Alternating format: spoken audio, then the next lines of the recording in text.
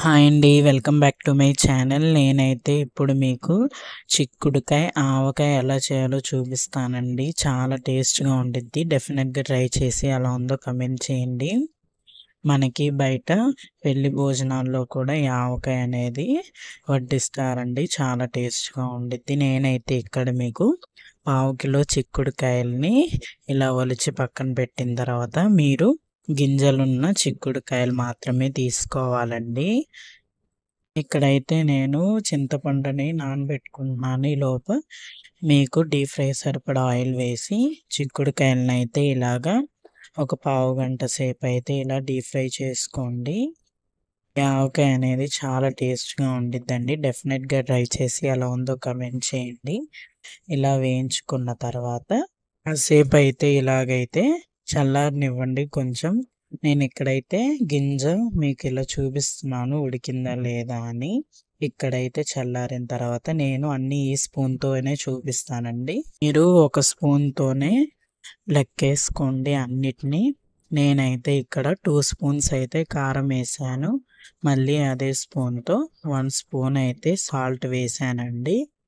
నేనిక్కడ పావు కిలో చిక్కుడుకాయలకైతే ఇలా చూపిస్తున్నాను. మీ ఇంట్లో ఇదే స్పూన్ ఉంటే తీసుకోండి. టేబుల్ స్పూన్ అన్నట్టు స్మాల్ టేబుల్ స్పూన్ అనండి. డిస్క్రిప్షన్‌లో అన్ని ఇంగ్రీడియెంట్స్ అన్నీ మెన్షన్ చేస్తాను. ఒకసారి చెక్ చేయండి.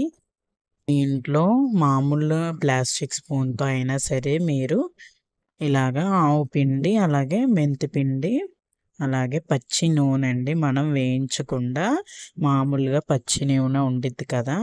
ఏ నూనె అయినా పర్వాలేదు. దాన్నైతే 2 స్పూన్స్ అయితే యాడ్ చేసుకొని ఇలా బాగా కలిపి మొత్తం కలిసేంత వరకు కలుపుకోండి. కలిపి కొంచెం పసుపు కూడా వేసి పక్కన పెట్టుకోండి. నాకు ఇందాక చింతపండు అనేది నానలేదండి. అందుకే నేను చింతపండుని గుజ్జు తీసి లైట్‌గా ఇందులో యాడ్ చేస్తున్నాను. మాకిక్కడ పుల్లగా ఉండిద్ది కొంచెం అని చెప్పి నేను కొంచెమే చేస్తున్నాను ఆవకాయి. మీరు హాఫ్ కేజీ గానీ, కేజీ చేసుకొనైనా పెట్టుకోవచ్చు. ఇది మాత్రం మనకి 5 డేస్ వరకు నిల్వ ఉంటుందండి. చాలా టేస్ట్‌గా అయితే ఉంటుంది. మీరు లంచ్ బాక్స్‌లోకి కానీ, లేదా ఎవరైనా వచ్చినప్పుడు హడావిడి లేకుండా ఇలా అయితే చేసి పెట్టుకుంటే చాలా టేస్ట్‌గా ఉండిద్దండి. నేను దోసకాయ, ఆవకాయ కూడా చూపిచ్చాను. కింద లింక్ ఇస్తున్నాను. ఒకసారి చెక్ చేయండి.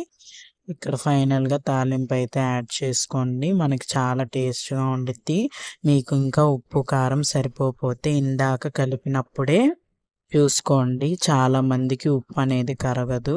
అందుకే కాసేపు పక్కన పెట్టాక ఉప్పు అనేది చూసుకోండి. వీడియో మీకు నచ్చినట్టయితే లైక్ చేయండి, షేర్ చేయండి అండ్ మన ఛానల్‌ని అయితే సబ్స్క్రైబ్ చేసుకోండి. మరొక మంచి రెసిపీ వీడియోతో మళ్ళీ కలుద్దాం.